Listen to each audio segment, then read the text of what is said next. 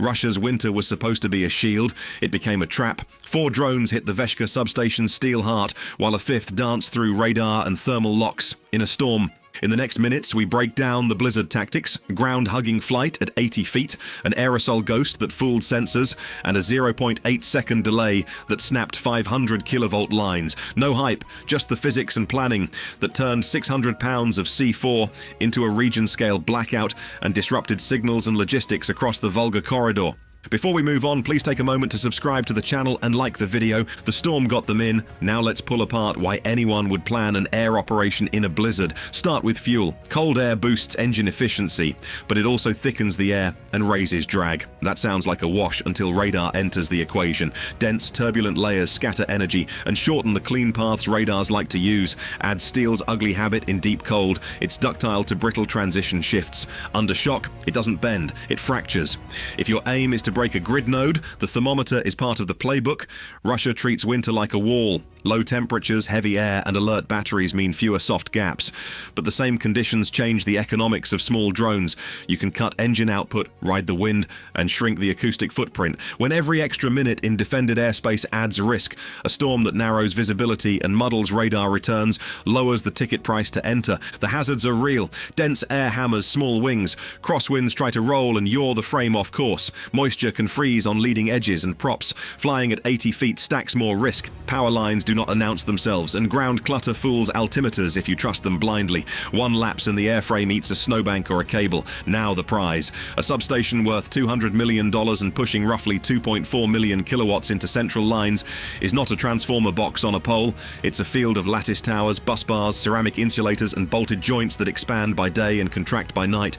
That thermal cycling loosens pretension and grows micro cracks in welded steel. Deep cold tightens the trap. At sub-zero, those floors stop blunting force and start passing it, hit the joints, not the faces, and the whole structure fails by design. The plan flips the usual fight with weather. Instead of burning fuel to hold a line through gusts, the autopilot makes thousands of tiny yaw and roll corrections to surf a crosswind band. Think conveyor, not headwind. With wind aiding ground speed, the drones shorten exposure time by around a third, save fuel, and arrive with enough margin for the terminal sprint. Hugging the ground mattered more than stealth paint. Stay below the radar horizon, and most long-range arrays lose you behind curvature. Push into ground clutter, trees, buildings, rolling fields, and your return blends with the static mess. Terrain masking adds another layer. A ridge can erase you from a Nebo M's line of sight until the last seconds. To complicate the defender's picture, the team seeded a ghost cloud, a fine aerosol that blooms as a transient smear.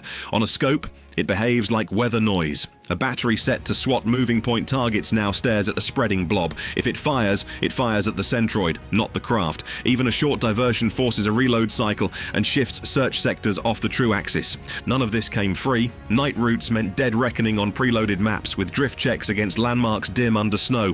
Tree-line edges created wind shear that could flip a light airframe. The safety window between riding ground effect for lift and clipping a hidden wire was measured in seconds, not minutes. Operators and code shared the load. Manual overrides for gust spikes, automated smoothing for everything else. That is how the storm turned into a lane. Drag hid them, cold masked them, the same cold-soaked steel until the joints became the failure mode. The attack didn't need perfect conditions, it needed the right ones, and winter provided them. The storm got them in. Beating radar once is luck, beating it twice when missiles launch is design. If the aerosol could trick ground radar, what happens when the sky hunts with heat? That's where the fight moved. The ghost cloud pulled a missile and forced a reset in logic. A Panzer battery threw a shot at the smear's centroid and lost track on the real targets for a beat.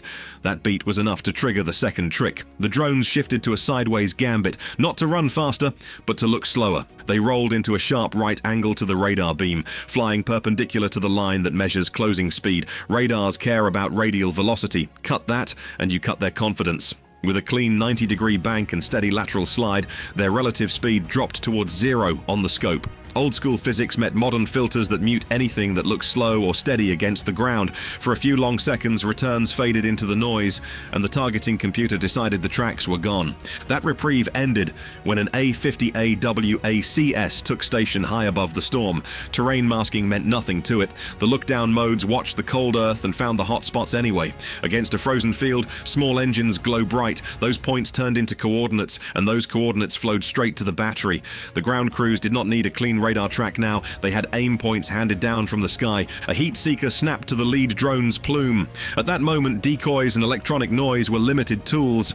The guidance head wasn't listening for radio lies. It was staring at hot metal and exhaust. Closing speed spiked. The lead craft, callsign Pathfinder, had seconds to break the lock or take the hit. This is where Winter worked again. Winter ghost mode kicked in. Pathfinder cut throttle hard, starving its own heat. A decoy pod dropped and lit off under the belly, built to burn at a precise temperature that matched the drone's engine profile. No magnesium flare streaks, just a controlled, steady burn that looked right to a seeker tuned for engine-like heat. At the same time, the drone pitched down and entered an unpowered dive. Two heat sources split in the storm, one steady and bright, one fading and cold. Infrared seekers chase contrast. They look for the hottest, stable spot against the background. Not only raw heat, blizzard air lowers background energy and throws noise into the scene. In that clutter, the decoy's stable burn became the cleaner target. The timed throttle down pushed Pathfinder's signature below the decoy's curve. The seeker hesitated, then committed. It rode the brighter point and detonated short, chewing up the decoy instead of the airframe.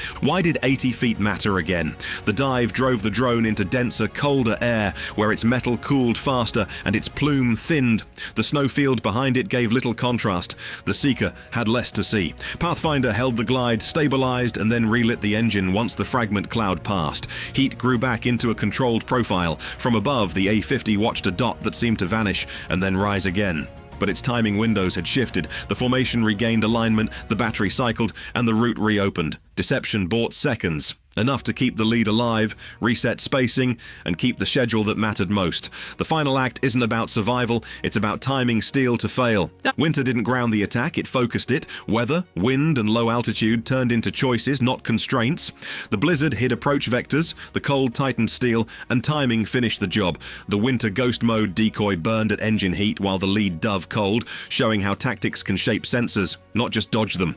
Air defenses now face threats that mold the environment to fit their plan.